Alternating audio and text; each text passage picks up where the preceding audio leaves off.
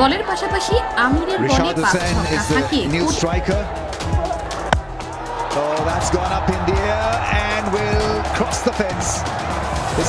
বলের পাশাপাশি আমিরের বলে 5 ছক্কা হাঁকিয়ে কোটি টাকার পুরস্কার পেল রিশাদ হোসেন। দর্শক, পাকিস্তান সুপার লিগে নিজেদের দ্বিতীয় ম্যাচে বাংলাদেশের স্পিন অলরাউন্ডার রিশাদ হোসেনকে অভিষেক করিয়েছিল লাহোর কালান্দার্স।